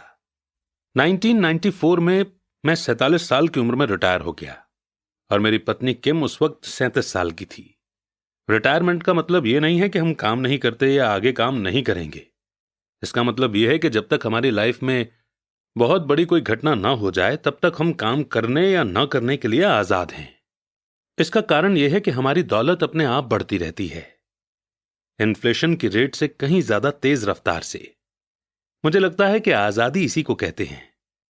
हमारी दौलत इतनी ज्यादा है कि यह अपने आप बढ़ सकती है। यह पेड़ लगाने की तरह है। आप सालों तक इसे पानी देते हैं और एक दिन इसे आपकी जरूरत नहीं रह जाती। इसकी जड़ें जमीन में काफी गहराई तक पहुंच जाती हैं। इसके बाद यह पैसे का पेड़ आपके सुख के लिए छाया और फल देता है। माइक ने एम्पायर चलाने का ऑप्शन चुना और मैंने रिटायर होने का। जब भी मैं लोगों से बात करता हूं तो वे अक्सर मुझसे सलाह मांगते हैं कि उन्हें क्या करना चाहिए, शुरुआत कहां से और कैसे की जाए, आपकी नजर में कौन सी बुक अच्छी रहेगी, वगैरह वगैरह। सबसे अमीर बिजनेसमैन। 1923 में हमारे सबसे महान नेता और सबसे अमीर बिजनेसमैन शिकागो में एजवाटर बीच पर इकट्ठे हुए। ये सारे लोग बहुत मशहूर थे। चार्ल्स श्वाब सबसे बड़ी स्टील कंपनी के हेड थे। सैमुअल इंसुल दुनिया की सबसे बड़ी यूटिलिटी के प्रेसिडेंट थे। हार्वर्ड हॉम्सन सबसे बड़ी गैस कंपनी के हेड थे। आइवर क्रूजर दुनिया की सबसे बड़ी कंपनियों में से एक इंटरनेशनल मैच कंपनी के प्रेसिडेंट थे। Leon Fraser bank of international settlement के प्रेसिडेंट थे। Richard Whitney New York stock exchange के हेड थे। आर्थर कॉटन और जेसी लिवरमोर दो सबसे बड़े स्टॉक स्पेक्यूलेटर थे और अल्बर्ट फॉल प्रेसिडेंट हार्डिंग के कैबिनेट में मिनिस्टर थे। लेकिन क्या आपको पता है कि 25 साल बाद इनमें से 9 लोगों का अंत इस तरह से हुआ। श्वाब 5 साल तक कर्ज में डूबे रहने के बाद गरीबी में मरे। इंसवेल की मौत विदेश में दिवालियेपन की हालत में हुई, यानी ये बैंकरप्ट हो गए थे। क्रूजर और कॉटन भी गरीबी में मरे। थॉमसन पागल हो गए। विटनी और अल्बर्ट फॉल उस समय जेल से रिहा हुए थे। फ्रेजर और लिवरमोर आत्महत्या कर चुके थे। शायद कोई भी ठीक से यह नहीं बता सकता कि इन लोगों के साथ ऐसा क्यों हुआ। यह बात 1923 यानी कि 1923 की है। हम इतना अंदाजा तो लगा सकते हैं कि यह 1929 के मार्केट क्रैश और ग्रेट इकोनॉमिक डिप्रेशन के ठीक पहले का समय था। मंदी का इन लोगों पर बेशक बहुत ज्यादा असर हुआ होगा। देखने वाली बात यह है कि आज हम इन लोगों से ज्यादा मुश्किल समय में जी रहे हैं। बदलाव ज्यादा तेजी से हो रहे हैं और पूरी दुनिया में हो रहे हैं। मुझे लगता है कि आने वाले 25 सालों में बहुत से ऐसे उतार चढ़ाव आएंगे जो इन लोगों द्वारा झेले गए उतार चढ़ावों की तरह ही होंगे। मुझे यह चिंता है कि बहुत से लोग सिर्फ पैसे पर अपना ध्यान लगाए बैठे हैं और अपनी सबसे बड़ी दौलत पर ध्यान नहीं दे रहे हैं, जिसका नाम है नॉलेज। अगर लोग फ्लेक्सिबल होने, दिमाग खुला रखने और सीखने के लिए तैयार रहें तो इन बदलावों के बावजूद वे बहुत अमीर बन सकते हैं। अगर लोग ये सोचेंगे कि पैसा ही उनकी प्रॉब्लम को सुलझा सकता है तो ऐसे लोगों के लिए आने वाला समय बहुत परेशानी से भरा होगा। बुद्धि से प्रॉब्लम सॉल्व होती है और पैसा आता है। अगर आपके पास पैसे की समझ नहीं है तो पैसा चाहे आ भी जाए पर ज्यादा देर टिकेगा नहीं। बट हमें पता है कि हम इस कैटेगरी में नहीं हैं। क्योंकि आप गीगल ऐप सुन रहे हैं इसलिए इसका मतलब है कि आपने अपनी नॉलेज में इन्वेस्ट करना स्टार्ट कर दिया है। एनीवेज, बात को आगे बढ़ाते हैं। ज्यादातर लोग जिंदगी भर यह समझ नहीं पाते कि असली बात यह नहीं है कि आप कितना पैसा कमाते हैं, बल्कि यह है कि आप कितना पैसा रख पाते हैं, यानी कितना पैसा सेव कर पाते हैं। आपने पक्का लॉटरी जीतने वाले उन गरीबों की कहानियां सुनी होंगी जो अचानक से अमीर बन जाते हैं पर कुछ समय बाद वे फिर से गरीब हो जाते हैं। ये लोग लाखों करोड़ों जीतते हैं, फिर भी वे लौट कर वहीं आ जाते हैं जहां से उन्होंने शुरुआत की थी। आपने उन प्रोफेशनल एथलीट्स की कहानियां भी पढ़ी होंगी जो 24 साल की उम्र में हर साल करोड़ों रुपए कमाते हैं और 34 साल की उम्र में उन्हें पुल के नीचे सोना पड़ता है, बेघर। आज ही के अखबार में एक नौजवान बास्केटबॉल प्लेयर की खबर छपी है जो 1 साल पहले करोड़ों का मालिक था। आज वो शिकायत करता फिर रहा है कि उसके दोस्तों, वकीलों और अकाउंटेंट्स ने उसके पैसे हड़प लिए और इसी वजह से आज उसे बहुत कम पैसों पर कार धोने का काम करना पड़ रहा है। वो सिर्फ 29 साल का है, लेकिन क्या आपको पता है कि उसे कार धोने के काम से भी निकाल दिया गया? इसकी वजह यह थी कि उसने कार साफ करते समय अपनी चैंपियनशिप रिंग उतारने से मना कर दिया था, यानी हाथों से अंगूठी निकालने से मना कर दिया था, और जिसकी वजह से कार साफ करते हुए कार में निशान पड़ते थे और इसलिए उसकी खबर न्यूज़पेपर में छप गई। वो अपने निकाले जाने का विरोध कर रहा है और कहता है कि यह भेदभाव है। अंगूठी ही तो उसकी महान जिंदगी की इकलौती निशानी है। उसका कहना है कि अगर आप उसकी अंगूठी उतरवा लेंगे तो उसके पास जिंदा रहने का कोई सहारा नहीं बचेगा और वो मर जाएगा। 1997 में मैं ऐसे बहुत से लोगों को जानता हूं जो नए नए करोड़पति बन रहे हैं। एक बार फिर यह 1920 के बूम वाले दशक की याद दिला देता है।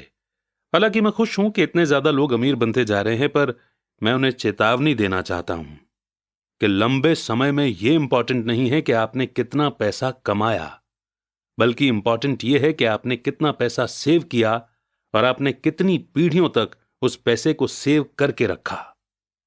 तो जब लोग मुझसे पूछते हैं कि हम किस तरह शुरू करें या मुझे बताइए कि जल्दी अमीर कैसे बना जा सकता है, तो वे मेरे जवाब से बहुत निराश होते हैं।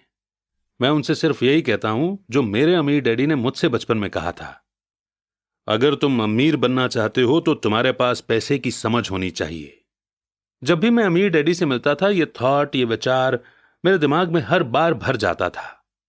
जैसा मैंने कहा कि मेरे पढ़े लिखे डैडी हमेशा किताबें पढ़ने के फायदे बताते रहते थे, दूसरी तरफ मेरे अमीर डैडी फाइनेंशियल नॉलेज या पैसे की समझ डेवलप करने पर भी जोर देते थे। अगर आप एक बुर्ज खलीफा जैसी ऊंची बिल्डिंग बनाने जा रहे हैं तो सबसे पहले आपको एक गहरा गड्ढा खोदना पड़ेगा और एक मजबूत नींव यानी कि फाउंडेशन डालनी होगी। अगर आप किसी टाउन में एक घर बनाने जा रहे हैं तो आपको सिर्फ एक 6 इंच कंक्रीट का स्लैब डालना होगा। ज्यादातर लोग अमीर बनने के चक्कर में 6 इंच के स्लैब पर बुर्ज खलीफा जैसी बिल्डिंग खड़ी करना चाहते हैं।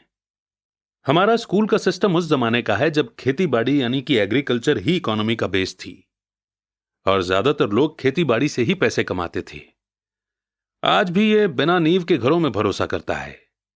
इसीलिए स्कूल से निकलने वाले बच्चों की कोई फाइनेंशियल फाउंडेशन नहीं होती है। एक दिन जब उन्हें नींद नहीं आती और वे कर्ज में डूब जाते हैं, वो सोचते हैं कि उनकी प्रॉब्लम अमीर होकर ही सॉल्व की जा सकती है।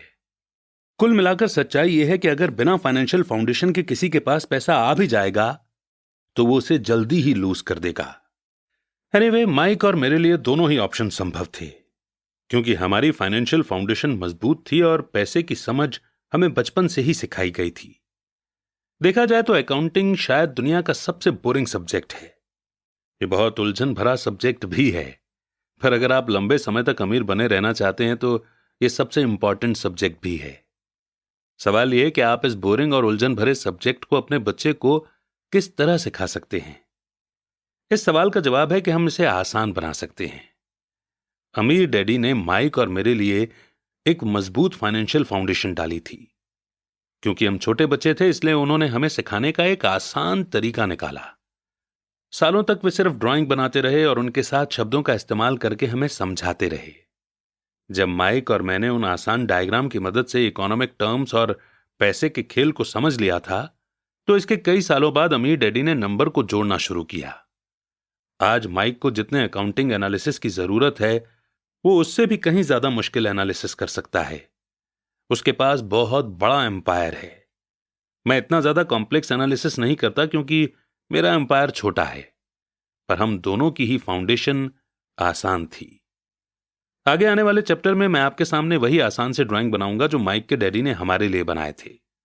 हालांकि वे आसान हैं, पर इन डायग्राम्स के सहारे उन्होंने 2 छोटे बच्चों को ठोस और गहरी फाउंडेशन पर दौलत का बड़ा महल बनाना सिखाया था। रूल नंबर 1, आपको संपत्ति यानी एसेट और दायित्व यानी लायबिलिटीज का फर्क पता होना चाहिए और हमेशा एसेट ही खरीदनी चाहिए। अगर आप अमीर बनना चाहते हैं तो आपको बस इतना ही जानने की जरूरत है। यह पहला रूल है, यही इकलौता रूल है। यह बहुत आसान लगता है पर ज्यादातर लोगों को यह पता ही नहीं है कि यह रूल कितना इंपॉर्टेंट है। ज्यादातर लोग पैसे की प्रॉब्लम में सिर्फ इसलिए उलझे रहते हैं क्योंकि उन्हें यह पता ही नहीं होता कि एसेट और लायबिलिटी में क्या फर्क होता है। अमीर लोग एसेट इकट्ठा करते हैं, गरीब और मिडिल क्लास लोग लायबिलिटी इकट्ठा करते हैं। और मजे की बात यह है कि उन लोगों को यह लगता है कि वे एसेट ही जमा कर रहे हैं। जब अमीर डैडी ने माइक और मुझे यह बताया तो हमने सोचा कि वे मजाक कर रहे हैं।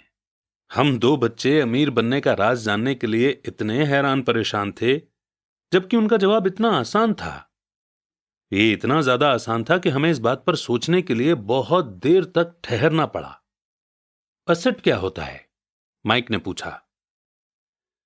अभी उसके बारे में चिंता मत करो, अमीर डैडी ने कहा। अभी सिर्फ इस बात को अपने दिमाग में घुस जाने दो। अगर तुम इसे आसानी से समझ सकते हो तो तुम्हारी जिंदगी का यही प्लान होगा और तुम्हें जिंदगी भर पैसे की कभी दिक्कत नहीं आएगी। यह आसान है इसलिए अनदेखा कर दिया जाता है। आपका मतलब यह है कि हमें बस इतना ही जानने की जरूरत है कि एसेट क्या है। यह जानने के बाद हम उसे हासिल कर लें और अमीर बन जाएं? मैंने पूछा। अमीर डैडी ने हामी भरी और कहा, हां, यह इतना ही आसान है। अगर यह इतना आसान है तो फिर हर आदमी अमीर क्यों नहीं बन जाता? मैंने पूछा। अमीर डैडी ने मुस्कुराकर कहा, क्योंकि वो लोग एसेट और लायबिलिटी में फर्क नहीं कर पाते।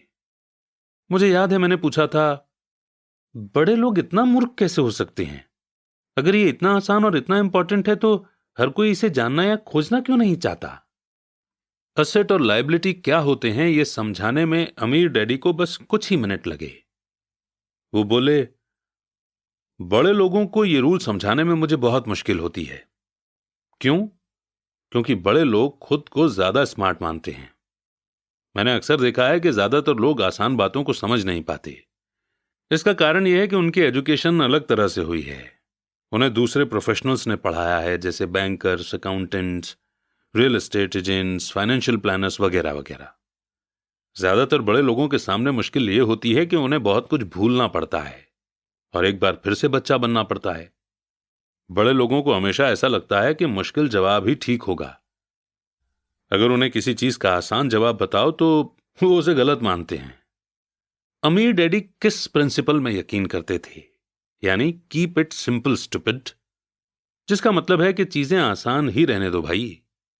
इसलिए वे हम दो छोटे बच्चों के लिए लेसन को आसान बनाते थे और इस तरह उन्होंने हमारी पैसे की फाउंडेशन को ज्यादा मजबूत बना दिया। तो दिक्कत या उलझन किस बात से आती है, या इतनी आसान चीज किस तरह से मुश्किल बन जाती है? कोई ऐसा एसेट क्यों खरीदता है जो असल में लायबिलिटी होती है? और इसका जवाब हमें अपनी बेसिक एजुकेशन में मिलता है। एक्चुअली हम फाइनेंशियल लिटरेसी पर ध्यान ही नहीं देते और स्कूल की नॉलेज को हमेशा सही मानते हैं। सवाल यह है कि कोई चीज एसेट है या लायबिलिटी, ये पता कैसे चलेगा? अगर आप सचमुच खुद को कंफ्यूज करना चाहें तो इन शब्दों को डिक्शनरी में देख लें। मैं जानता हूं कि वहां दी हुई डेफिनेशन किसी अकाउंटेंट को अच्छी लगती होगी, पर दिक्कत यह है कि आम आदमी उन्हें पूरी तरह से समझ नहीं पाता। फिर भी हम एडल्ट लोग ये मानते हैं कि इतने आसान शब्द हम अगर किसी से पूछेंगे तो हमारी बेइज्जती हो जाएगी, लोग हम पर हंसेंगे। छोटे बच्चों को समझाते समय अमीर डैडी ने एक बार कहा था, असेट को शब्दों के द्वारा नहीं, नंबर के द्वारा पढ़ा जाता है। और अगर आप नंबर को नहीं पढ़ सकते तो आपको असेट और जमीन में खुदे गड्ढे में कोई फर्क महसूस नहीं होगा। अकाउंटिंग में नंबर इंपॉर्टेंट नहीं है, इंपॉर्टेंट तो वो बात है कि वो नंबर हमें बता क्या रहा है। ये शब्दों की ही तरह है, शब्द इंपॉर्टेंट नहीं होते, इंपॉर्टेंट वो बात होती है जो शब्दों के जरिए बताई जाती है। एग्जाम्पल के लिए मैंने हाल ही में एक नया वीसीआर खरीदा। इसके साथ इंस्ट्रक्शन मैनुअल भी था जिसमें समझाया गया था कि अपने वीसीआर को किस तरह से प्रोग्राम किया जाता है। मैं शुक्रवार की शाम को अपने फेवरेट टीवी शो को रिकॉर्ड करना चाहता था, पर उस मैनुअल को पढ़ते पढ़ते मैं पागल हो गया। मुझे दुनिया में कोई भी काम इतना मुश्किल नहीं लग रहा था जितना कि अपने वीसीआर को प्रोग्राम करना। मैं शब्दों को पढ़ सकता था, पर इसके बावजूद मुझे कुछ समझ नहीं आ रहा था। ऐसा लग रहा था कि मुझे शब्दों को पहचानने में ए ग्रेड मिल रहा था, पर उन्हें समझने में मुझे एफ ग्रेड मिल रहा था। यानी उन्हें समझने में मैं फेल हो रहा था। और यही ज्यादातर लोगों के साथ पैसे के मामले में होता है। अगर आप अमीर बनना चाहते हैं तो आपको नंबर पढ़ना और उन्हें समझना आना चाहिए। मैंने अपने अमीर डैडी से यह बात हजारों बार सुनी है और मैंने यह भी सुना है कि अमीर लोग एसेट इकट्ठा करते हैं जबकि गरीब और मिडिल क्लास लोग लायबिलिटी इकट्ठा करते हैं। यहां यह बताया जा रहा है कि एसेट और लायबिलिटी में क्या फर्क होता है। ज्यादातर अकाउंटेंट और फाइनेंशियल प्रोफेशनल्स डेफिनेशन पर आपस में सहमत नहीं होते। वैसे तो इस बुक में डायग्राम्स दिए हैं, पर क्योंकि ये ऑडियो बुक है और ऑडियो में हम आपको डायग्राम्स दिखा नहीं सकते, इसलिए हम आपको इसमें दिए गए सारे कॉन्सेप्ट्स आसान सी भाषा में समझा देंगे। और बिल्कुल भी चिंता मत कीजिए, क्योंकि हमने खुद इस बुक को 10 से 20 बार पढ़ा हुआ है। देखिए, सबसे पहले तो हमें 4 शब्दों को याद रखना है, जो हैं इनकम, एक्सपेंसेस यानी कि खर्चे, एसेट और लायबिलिटी। इनकम और एक्सपेंसेस से इनकम स्टेटमेंट बनता है, जिसे अक्सर प्रॉफिट एंड लॉस स्टेटमेंट भी कहा जाता है। यह इनकम और खर्च के बारे में बताता है, यानी पैसा कहां से आया और कहां गया। और ये तो हम सब अपने घर में करते ही हैं। हम लिखते हैं कि इस महीने हमने कितने पैसे कमाए, यानी कितनी इनकम आई, और उसमें से हमने कितने पैसे किस किस चीज में खर्च किए। यानी इन 4 शब्दों में से ये 2 शब्द इनकम और एक्सपेंसेस तो हर किसी को पता है। पर प्रॉब्लम यह है कि बहुत से लोगों को अगले 2 शब्द या तो पता नहीं है या फिर उन्हें हम ठीक से समझते ही नहीं हैं। और बाकी के ये 2 शब्द हैं एसेट और लायबिलिटीज। इन 2 शब्दों को, एसेट और लायबिलिटीज को, जब एक साथ लिखते हैं तो इसे हम बैलेंस शीट बोलते हैं। और ये नाम आपने जरूर सुना होगा। बैलेंस शीट ये नाम इसलिए दिया गया है क्योंकि इसमें एसेट और लायबिलिटीज को एक साथ मिलाकर देखा जाता है, यानी उन्हें बैलेंस किया जाता है। कुछ लोग जिनमें पैसे की समझ नहीं होती, इनकम स्टेटमेंट और बैलेंस शीट के बीच के रिलेशन को नहीं जानते। इस रिलेशनशिप को जानना बेहद जरूरी है। इसलिए जैसा मैंने पहले कहा था कि अमीर डैडी ने हमेशा दोनों छोटे बच्चों को आसान सी डेफिनेशन सिखाई। उन्होंने कहा कि एसेट वो होता है जो आपकी जेब में पैसा डालता है। अच्छी, सिंपल और इजी टू यूज डेफिनेशन है ना? एसेट वो चीजें होती हैं जो मेरी जेब में पैसा डालती हैं, यानी ये हमें पैसा बना कर देते हैं बिना हमारे काम किए हुए या बहुत कम काम किए हुए। एग्जाम्पल के लिए, अगर हम घर रेंट पर दे देते हैं और उसे खुद एक्टिवली मैनेज भी नहीं करते, तो ये घर हमारा एसेट बन जाएगा, क्योंकि इसे मैनेज करने के लिए ज्यादा टाइम नहीं देना पड़ेगा। फिर भी हर महीने इससे रेंट आता रहेगा। और इसी तरह हमारी कोई शॉप है जिसे कोई और मैनेज कर रहा है और हर महीने हमें उससे पैसे मिल रहे हैं, तो वो भी हमारा एसेट ही है। और इसके उल्टे लायबिलिटी वो चीज है जो मेरी जेब से पैसे निकालती है। मान लीजिए कि हम कोई बड़ा घर लेते हैं और इस घर से हमें कोई इनकम नहीं मिल रही है, तो इस घर ने एक ही बार में हमारा खर्च नहीं करवाया, बल्कि बार बार हमें इसमें खर्चा करना पड़ेगा और इसलिए ये हमारी लायबिलिटी बन जाएगी। कभी इसमें मेंटेनेंस का खर्च देना पड़ेगा, जैसे लॉन को साफ रखने के लिए माली रखना पड़ेगा। और अगर सिंपल सा घर भी है तो भी हमें नॉर्मल मेंटेनेंस के लिए तो पैसा खर्च करना ही पड़ेगा। अब इसका मतलब यह नहीं हुआ कि हम अपने पर्सनल यूज के लिए घर ले ही ना, बल्कि इसका मतलब यह हुआ कि हम एटलीस्ट इन टर्म्स को और ये जो शब्दावली, ये जो जार्गन्स हम यूज कर रहे हैं, इन्हें हम समझें और लाइफ में एसेट्स को लायबिलिटीज से पहले खरीदें। और यह ध्यान रखें कि एसेट्स से हमें ज्यादा पैसा आना चाहिए और लायबिलिटीज से हमारी जेब से कम पैसे जाने चाहिए।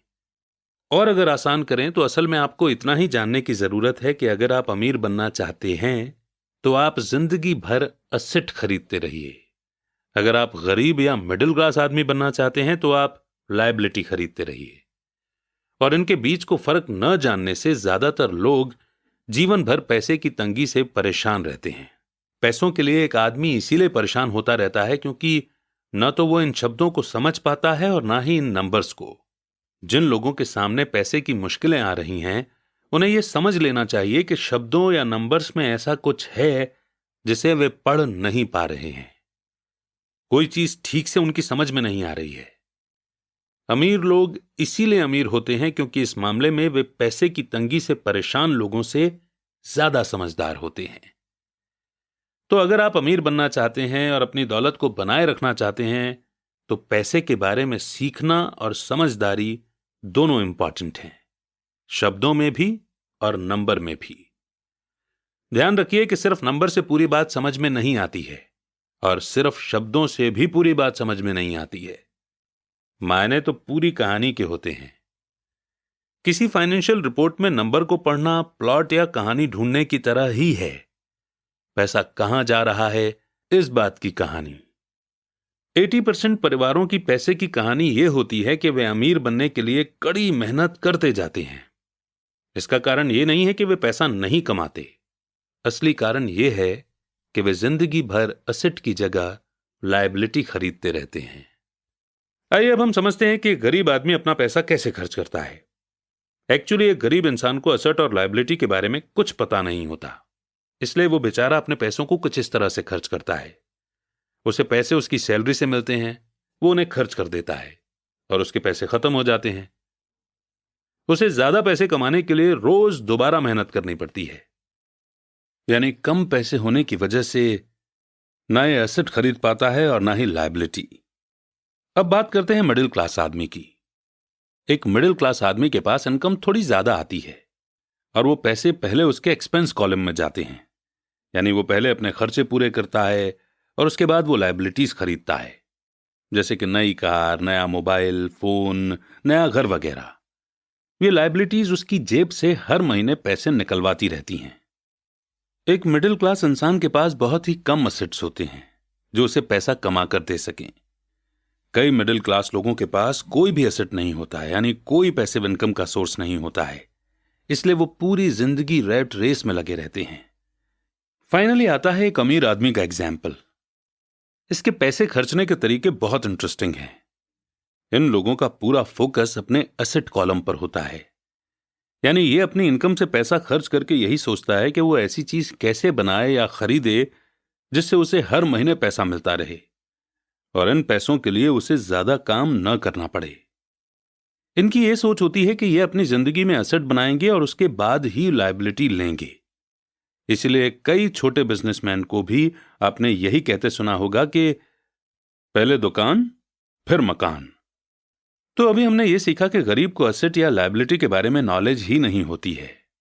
मिडिल क्लास इंसान को थोड़ी बहुत नॉलेज होती है, लेकिन वो अपनी पूरी जिंदगी लोगों को शो ऑफ करने के लिए लायबिलिटीज लेता जाता है, जो उसकी जेब से एक बार नहीं बल्कि बार बार पैसे निकलवाती हैं, और इसीलिए ये लोग रैट रेस में लगे रहते हैं।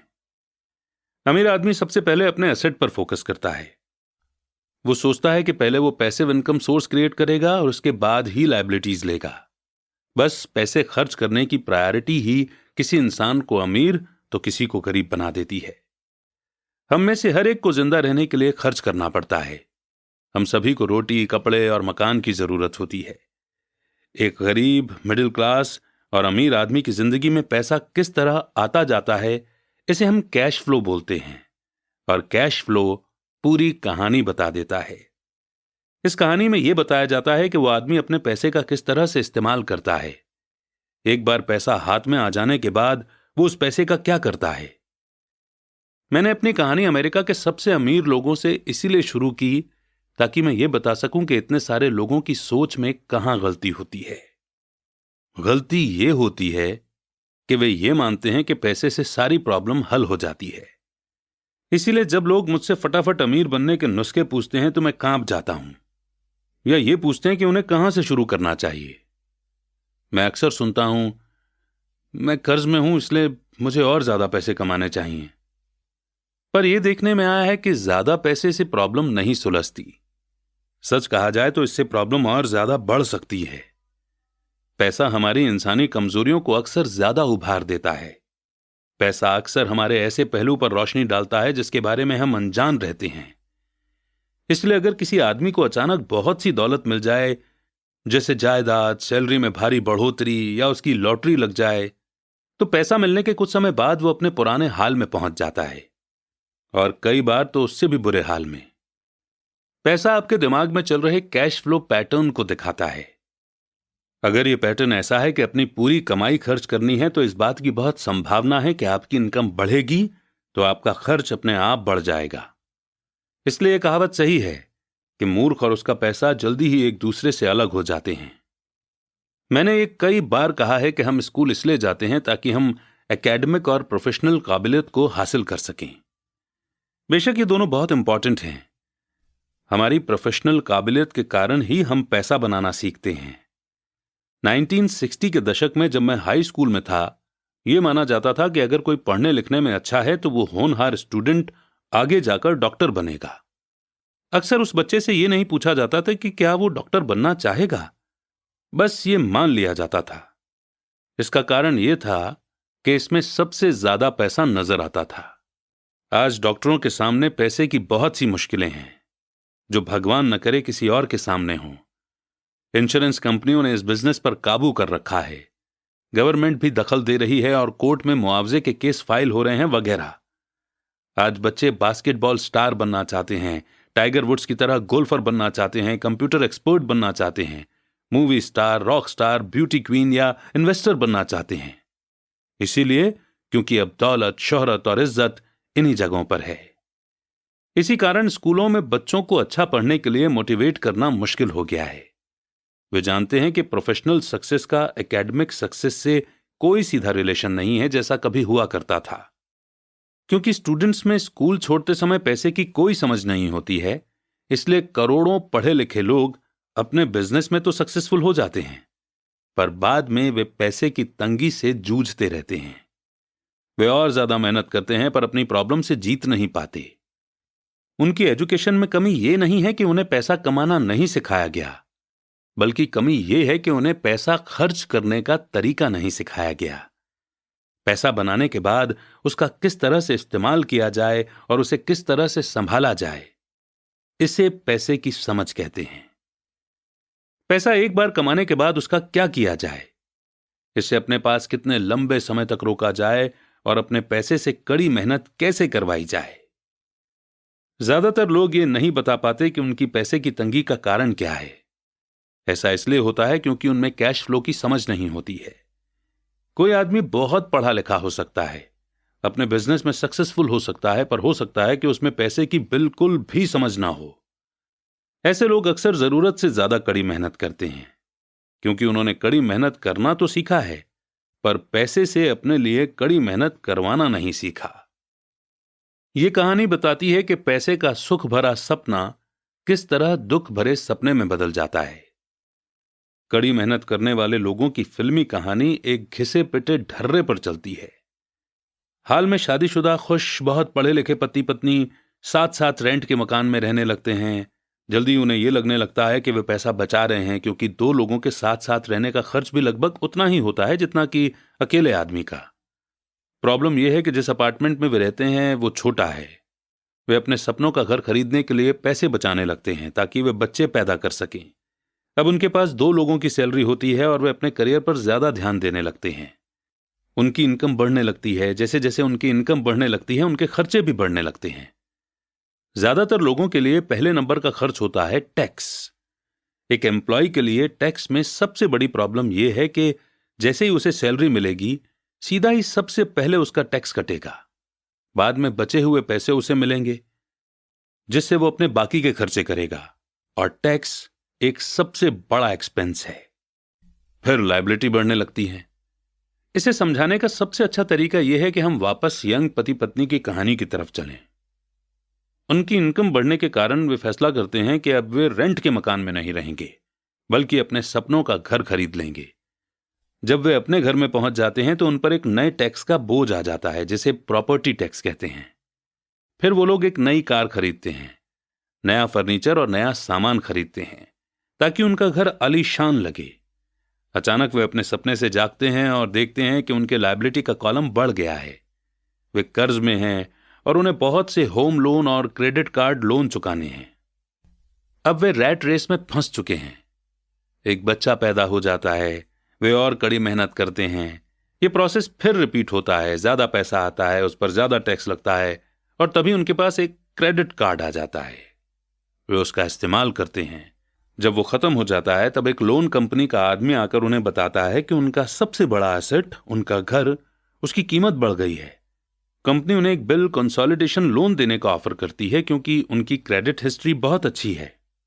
कंपनी उन्हें यह भी बताती है कि समझदारी इसी में होगी कि वे अपने ऊंचे इंटरेस्ट रेट पर लिए गए कंज्यूमर लोन को उनके क्रेडिट कार्ड से चुका दें, और इसके अलावा उनके घर पर लगने वाले इंटरेस्ट से उन्हें टैक्स में छूट यानी कि एग्जेम्पशन भी मिलेगी। वे ऐसा ही करते हैं और ज्यादा इंटरेस्ट रेट वाले क्रेडिट कार्ड का पेमेंट कर देते हैं। इसके बाद वे राहत की सांस लेते हैं कि उन्होंने क्रेडिट कार्ड का हिसाब साफ कर दिया है। अब उन्होंने अपने कंज्यूमर लोन को होम लोन में बदल लिया है। उनका पेमेंट भी कम हो जाता है क्योंकि उन्हें अपने कर्ज को 30 साल की इंस्टॉलमेंट में चुकाना है। प्रॉब्लम से डील करने का यही स्मार्ट तरीका है। उनके पड़ोसी आते हैं और उन्हें शॉपिंग पर चलने के लिए इनवाइट करते हैं। दिवाली, न्यू ईयर की सेल लगी हुई है, यही तो मौका है कुछ पैसा बचाने का। वे अपने आप से कहते हैं कि मैं कुछ नहीं खरीदूंगा, मैं तो सिर्फ देखने जा रहा हूं। पर अगर कोई चीज जम जाए तो उसे खरीदने की उम्मीद में वे अपने क्रेडिट कार्ड को ले जाना नहीं भूलते। मैं ऐसे यंग कपल से हर समय टकराता हूं। उनके नाम बदलते रहते हैं पर उनकी पैसे की तंगी एक सी ही रहती है। वे मेरी चर्चाओं में यह सुनने के लिए आते हैं कि मैं इस बारे में क्या कहता हूं। वे मुझसे पूछते हैं कि क्या आप हमें बता सकते हैं कि और ज्यादा पैसे कैसे कमाया जा सकता है। उनकी खर्चीली आदतों ने उन्हें और ज्यादा कमाने के लिए मजबूर कर दिया है। वे इतना भी नहीं जानते कि दरअसल प्रॉब्लम पैसा कमाने की नहीं है, पैसा सही तरह से खर्च करने की है, और यही पैसे की तंगी का कारण है। यह समस्या इसलिए पैदा होती है क्योंकि उनमें पैसे की समझ नहीं होती। यह समस्या इसलिए और भी भयानक हो जाती है क्योंकि वे एसेट और लायबिलिटी के फर्क को नहीं समझ पाते। मेरा मानना है कि ज्यादा पैसे से शायद ही कभी किसी की पैसे की प्रॉब्लम सुलझती है। समस्याएं समझदारी से सुलझती हैं। मेरा एक दोस्त बार बार कर्ज में फंसे लोगों को यही सलाह देता है। वो कहता है, अगर आपको लगता है कि आपने अपने आप को किसी गड्ढे में फंसा लिया है तो सबसे पहले तो उस गड्ढे को और खोदना बंद कर दो। बहुत बार अपनी अंदरूनी समझदारी पर भरोसा करने के बजाय लोग भीड़ के साथ साथ चलने लगते हैं। वे कोई काम इसलिए करते हैं क्योंकि सभी लोग ऐसा कर रहे हैं। वे सवाल पूछने के बजाय कॉपी करने लगते हैं। अक्सर वे नासमझी के कारण वही दोहराते जाते हैं जो उन्हें सिखाया गया है। इस तरह के थॉट कि आपका घर आपकी सबसे बड़ी पूंजी है, आपका घर आपका सबसे बड़ा इन्वेस्टमेंट है। अगर आप ज्यादा कर्ज लेते हैं तो आपको टैक्स में ज्यादा एग्जेम्पशन मिलेगी। सेफ जॉब खोजो, गलतियां मत करो, रिस्क मत उठाओ, वगैरह वगैरह। ऐसा भी कहा जाता है कि ज्यादातर लोगों के लिए मौत से भी डरावनी चीज होती है भीड़ के सामने बोलने का डर। साइकोलॉजिस्ट कहते हैं कि ज्यादातर लोग पब्लिक प्लेटफॉर्म पर बोलने से इसलिए डरते हैं क्योंकि उन्हें यह डर होता है कि उनकी बुराई होगी, लोग उनकी हंसी उड़ाएंगे, वे अकेले रह जाएंगे, सबसे कट जाएंगे और बिरादरी से अलग थलग कर दिए जाएंगे। सबसे अलग होने का डर या अकेले रह जाने का डर ही वो सबसे बड़ा कारण है जिसकी वजह से ज्यादातर लोग अपनी प्रॉब्लम हल करने के लिए नए तरीके नहीं ढूंढते। इसलिए मेरे पढ़े लिखे डैडी कहा करते थे कि जापानी लोग दर्पण की ताकत को सबसे ज्यादा अहमियत देते थे, क्योंकि जब इंसान दर्पण में खुद को देखता है तभी उसे सच्चाई का पता चलता है।